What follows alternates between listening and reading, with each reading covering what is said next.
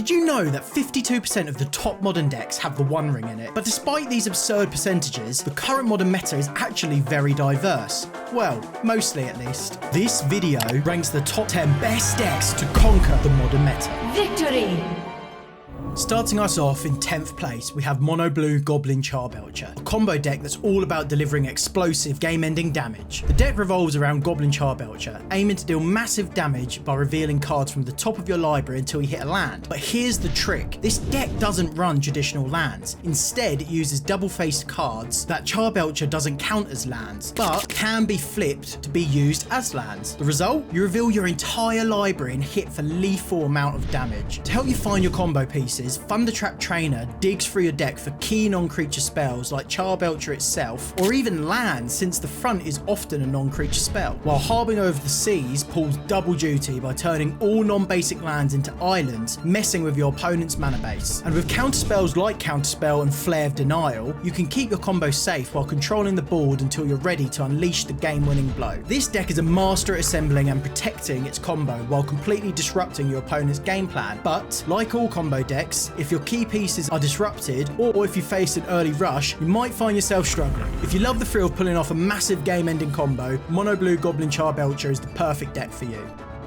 Coming in at 9th place, we have 5-Color Domain Zoo, an aggressive mid-range deck that harnesses powerful multicolour threats. 5-Color Domain Zoo is all about maximising the domain mechanic, which rewards you for having multiple basic land types. Cards like Territorial Kavu and Nishoba Brawler hit hard for very little mana, making them devastating early game threats. If you've got Leyline of the Guild pack in your opening hand, all of your lands suddenly become every basic land type, supercharging your domain synergies right from the get-go. One of the deck's most explosive plays is casting Tribal Flames, dealing 5 damage for just 2 mana, and don't forget about Wild Nacatl, which quickly grows into a 3/3 as early as turn 2 thanks to your flexible mana base. For the late game, Flage makes a grand entrance, dealing damage and gaining life every time it escapes or swings in combat, keeping the pressure relentless. Meanwhile, Leyline Binding gives you a super cheap and efficient removal spell to keep your opponent's threats in check while your creatures do the heavy lifting. This deck is a master at turning domain synergies into fast, overwhelming threats, but it can stumble if its mana base is disrupted. If you're the kind of player who loves fast, multicolour aggression, 5-Color Domain Zoo is the deck to run wild with. Next up in 8th place, we have Jeskai Control, a powerful deck that excels at controlling the board and outlasting opponents. Jeskai Control is all about dictating the pace of the game by using efficient removal and counterspells to keep your opponent in check. Counterspell and Spell Snare provide early interaction, making sure your opponent's key spells don't even get off the ground. Meanwhile, Leyline Binding takes advantage of your multicolour mana base to offer cheap and efficient removal, and Prismatic Ending helps you clear out nearly anything on the board. But the deck doesn't stop there. The One Ring gives you a steady stream of card advantage while also protecting you, allowing you to dig deeper and keep the control train going. But then if the board does get too crowded, Supreme Verdict hits the reset button, while Solitude serves as a creature exiler in a pinch. For the late game, Flage comes in hot, dealing direct damage, gaining you life, and turning the tide in your favour with its raw power. This deck is fantastic at controlling the board and building card advantage to outlast any of your opponents. But, like many control decks, Jeskai Control can struggle against hyper-aggressive strategies that flood the board early. If you love controlling the pace of the game and slowly locking your opponents down, Jeskai Control is the deck for you. At 7th place, we have Living End, a powerful combo deck that brings your graveyard to life, literally.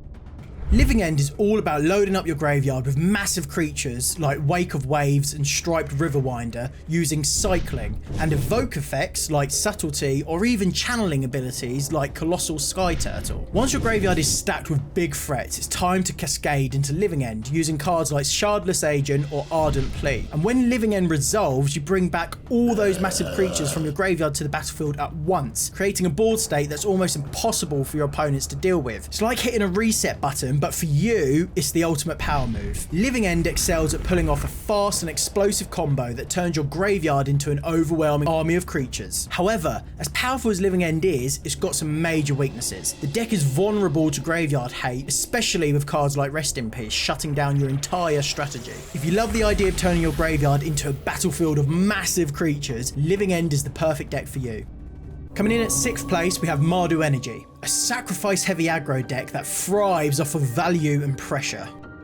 Mardu Energy combines aggressive energy generation with sacrifice engine to overwhelm your opponents quickly. Guide of Souls generates energy and life every time a creature enters the battlefield, which synergizes particularly well with Ocelot Pride, while Ajani creates a lot of pressure and can transform into a game-ending planeswalker whenever a cat dies. And of course, this is made easier with cards like Goblin Bombardment and Obnixilis, which allow you to continuously sacrifice creatures, helping to push through that final bit of damage. Orcish Bowmaster is one of the main reasons to play Mardu Energy over Boros Energy. And if you like the look of these tokens, you can get your own via my Etsy store linked down below. Then, when the game drags on, Flage swoops in as your late game powerhouse, providing both damage and life gain to seal the deal. This deck is relentless in its ability to maintain pressure by sacrificing creatures for added value, but like a lot of sacrifice decks, it can struggle against graveyard hate, which shuts down some of your synergies, but not all of them. If you're a fan of aggressive strategies and don't mind sacrificing creatures for power, then Mardu Energy is the perfect deck for you. In 5th place, we have Temur Delirium Eldrazi, a ramp mid-range deck that's all about powering up to massive Eldrazi threats. Temur Delirium Eldrazi combines powerful ramp spells. With the Eldrazi, cards like Utopia Sprawl help generate tons of mana. And of course, Ugin's Labyrinth is basically an ancient tomb in this deck. In the mid game, you're leaning on cards like Kozilek's Command and the One Ring to control the board, protect yourself, and gain card advantage. But the real fun begins when you ramp into the big Eldrazi's. We're talking about Emrakul the Promised End and Worldbreaker, game-ending threats that make your opponent's life miserable. And with the Delirium mechanic active, Emrakul becomes even more terrifying, reducing the cost of the unstoppable late game presence. This deck is a ramp lover's dream, able to generate crazy amounts of mana and drop some of the biggest threats in the game. However, all that ramp can be for nothing if you can't handle fast aggro decks that apply pressure before you get going. If you love the thrill of ramping into game-ending threats while keeping the board under control, Temur Delirium Eldrazi is the deck for you. We're past the halfway point now, and at 4th place we have Aftermath Amulet Titan, a powerhouse land combo deck that turns your mana base into a game-winning engine.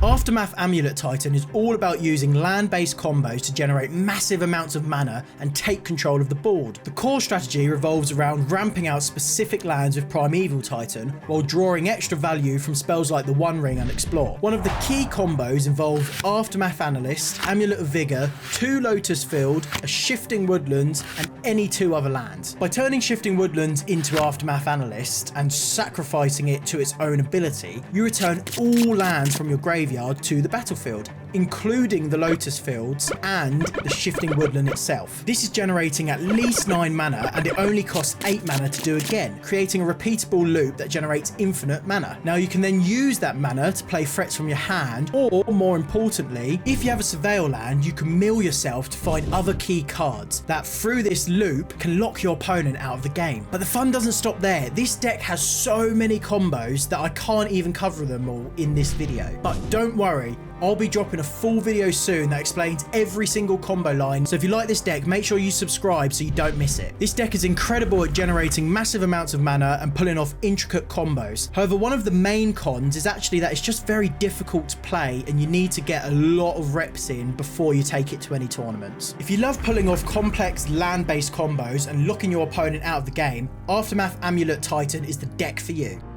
Starting to get juicy now. We're at 3rd place and we have Dimir Frog-Eye, a tempo deck that's all about staying one step ahead while slowly squeezing the life out of your opponent. Dimir Frog-Eye is built around applying consistent pressure while keeping your opponent off balance with clever tempo plays. Psychic Frog lets you draw cards and can gain flying for evasion, keeping your hand full and your threats in the air, whilst Orcish Bowmaster obliterates all of the powerful 1 toughness creatures currently in the format, as well as putting a lot of pressure on the One Ring decks. The deck excels at resource management, using efficient spells like Fatal Push to destroy problematic creatures, while Counterspell makes sure your opponent's best laid plans are nothing but dreams. And then Unearth brings back cheap threats from the graveyard, which is especially powerful with the new Abhorrent Eye. This deck is a tempo player's dream, controlling the board while keeping your card advantage flowing through combat triggers and recursion. However, this deck can sometimes struggle to close out games quickly if you lose momentum early on. Dimir Frog-Eye is perfect for anyone who loves to control the game's tempo and slowly drown your opponents in value. The second best deck is Ruby Storm, An explosive combo deck that's all about chaining spells and finishing the game in one massive turn. Ruby Storm's key enablers are Ruby Medallion and Rao Monsoon Mage, which reduce the cost of your red spells. Rao also has the benefit of flipping into a powerful Planeswalker, which most of the time can ult the second you flip him in this deck. These cost reductions are very important because they make your rituals insanely efficient. Normally they go mana neutral or at most positive 1 mana, but thanks to the cost reductions you get even more out of them. What a bargain. With all this extra mana, you can keep casting spells, digging through your deck with cards like Ren's Resolve and Reckless Impulse. And just when you think you're out of gas, you flash everything back with a Past in Flames to go again. With a high enough storm count, you've got 2 options to actually close the game out. Grape Shot for direct damage, or Empty the Warrens to flood the board with goblins, using Wish to choose which one you need depending on the matchup. This deck is the definition of explosive. It can win as early as turn 2 reasonably consistently. However, there is a lot of good targeted sideboard hate for this deck, and everyone's including it in their sideboards right now. If you love spell heavy combos and the chance of winning as early as turn 2, Ruby Storm is the perfect deck for you. We're nearly at the most powerful deck, but first, this week's bonus deck is Izzet Through the Breach, an interesting twist on the Eldrazi archetype. Izzet Through the Breach is all about ramping and cheating out huge threats like Emrakul and Ulamog to close out games quickly and decisively. To protect its game plan, it uses control tools like Kozilek's Command, Narset, and even Force of Negation to keep the board in check. The key play here revolves around casting Through the Breach to cheat one of these gigantic Eldrazi into play, wrecking your opponent's resources while dishing out tons of damage. The One Ring provides valuable card advantage and protection while you're setting up your big moves, and if the game does drag on, cards like Golos and Ugin are in the deck as an alternative game-ending threat too. This deck excels at cheating out massive Eldrazi with the control cards to help. However, it can struggle against faster decks that apply early pressure or decks with lots of disruption. If you love playing control but feel jealous of all these Eldrazi decks, Izzet Through the Breach is the perfect deck for you. And finally, in first place, this week's best deck is Boros Energy, an aggressive mid-range deck that's all about fast threats and high energy plays. Boros Energy utilises Guide of Souls, which gains a life and an energy whenever a creature enters the battlefield, making it an ideal pairing with Ocelot Pride. With the steady stream of energy, you can fuel energy-reliant removal spells and efficient threats like Amped Raptor. And of course, we also run another powerful 2-drop, Ajani. These 2 cards may seem very different from a mechanics standpoint, but they share one key strength. They both give you an additional body or card alongside themselves, forcing your opponent into a 2-for-1 situation if they want to deal with them. Then there's Arena of Glory, which grants haste to your creatures, synergizing beautifully with Flage. With this combo, you can swing for 9 damage out of nowhere and completely catch your opponent off guard. Now you might be wondering, how is Boros Energy ranked at the top while Mardu Energy only sits at 6th place? Well, there are 2 main reasons. First, because Boros Energy only runs 2 colours, we have access to Blood Moon, which disrupts your opponent's mana base while barely affecting your own because you're not stretching into a 3rd colour. Then secondly, the One Ring warps mirror matches in your favour, and it's just an all-round powerhouse in many matchups too. Boros Energy makes room for it because you're not juggling a 3rd colour, freeing up card slots that Mardu Energy just can't afford to give up. This deck shines in the early game and scales well into the mid to late game too. However, the deck can stumble if its energy engine is disrupted or if your opponents outlast the early aggression and can outvalue your rings. If you're a fan of playing the best deck in the format, I feel like Boros Energy is the best deck for you, utilising a mix of aggressive synergies, disruption, and overwhelming value. I'm playing Aftermath Amulet Titan because I love intricate combo decks, but I'm curious, which of these decks do you think looks like the most fun to play? Let me know in the comment below and don't forget to subscribe.